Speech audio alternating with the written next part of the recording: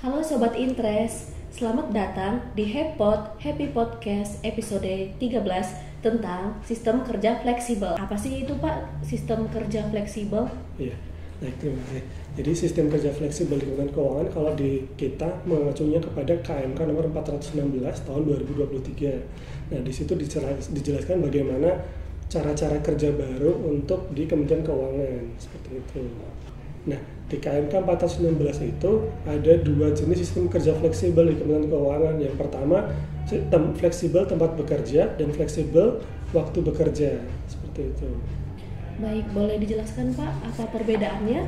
Nah, kalau fleksibel tempat bekerja nanti kita dapat memilih untuk bekerja, ada beberapa jenis di situ. Nah, kalau fleksibel tempat secara waktu juga nanti ada pilihan-pilihan waktu untuk bekerja. Contohnya kalau di KMK tersebut ada bekerja dalam shift.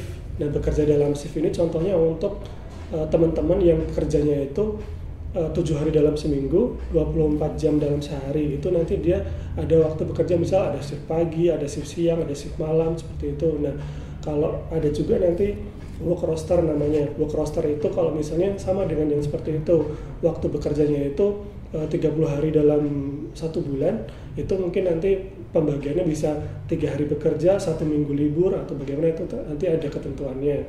Nah, terus ada mekanisme kerja lain, minimal dia dalam waktu 1 minggu itu 42 jam, 45 menit, nah itu ada 1 minggu dan bekerjanya seperti itu. Tapi kita sendiri sebagai instansi vertikal jasa pemeliharaan di daerah, mungkin yang seperti itu belum ada di kita ya. Jadi yang di kita hanya terkait dengan fleksibel tempat bekerja saja. Untuk yang bekerja dalam fleksibel waktu bekerja mungkin untuk eselon 1 lain atau mungkin teman-teman di kantor pusat, seperti itu.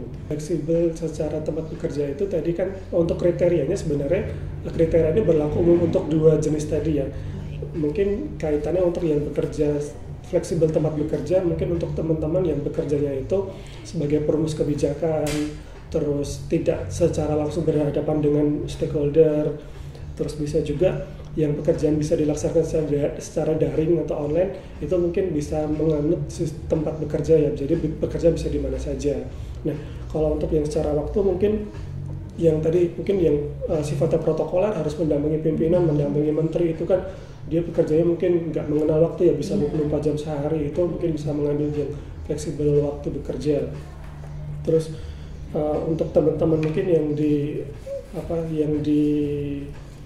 Direktorat Bea dan Cukai yang ada bekerja di patroli laut ya, itu kan juga mungkin waktunya nggak tentu ya, mungkin hari Minggu dia harus patroli, mungkin bisa mengambil waktu fleksibel waktu bekerja, seperti itu.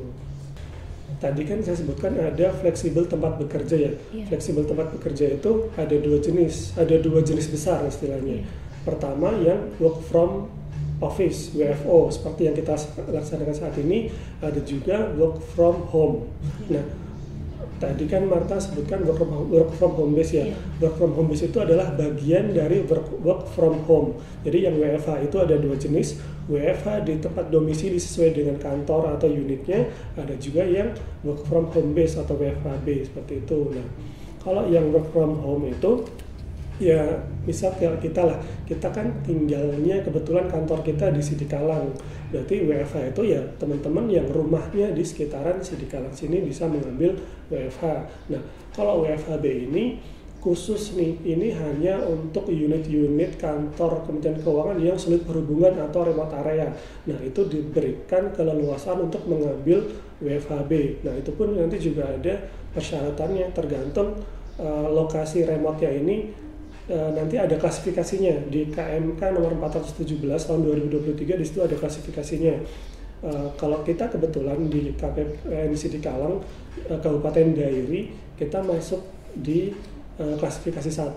Jadi kita bisa punya waktu dalam 1 triwulan itu 3 hari dalam WFHB, seperti itu.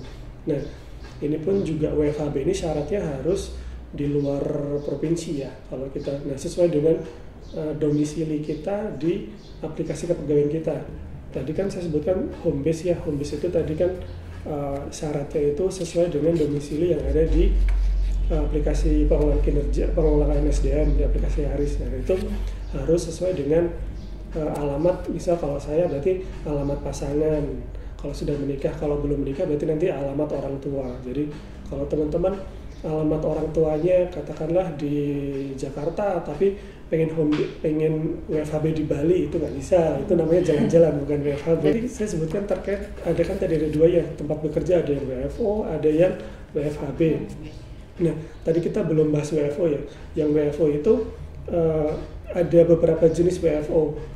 Ada yang bekerja sesuai dengan unit kerjanya, kayak kita misalnya di KPN Sidikalang bekerja di KPN Sidikalang. Ada juga bekerja dari unit lain yang dekat dengan rumahnya. Nah itu bisa juga dianggap dengan WFO juga.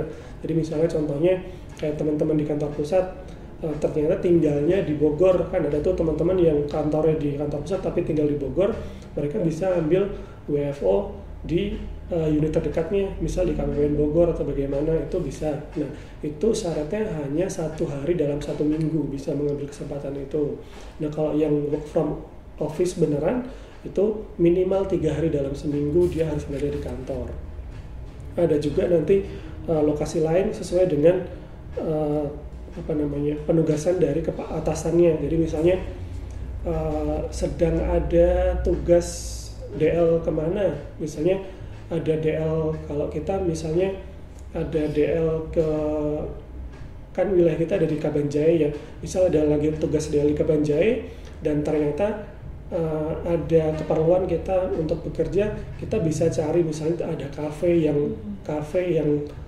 memenuhi lah untuk kita bekerja, misalnya kafenya ada meja kerja, ada listriknya, ada internet yang aman, kita bisa bekerja di kafe tersebut seperti itu. Itu juga sesuai dengan penugasan lah dan integritas dari masing-masing pegawai seperti itu. Sebelum bahas ke situ mungkin ke persyaratan dulu ya.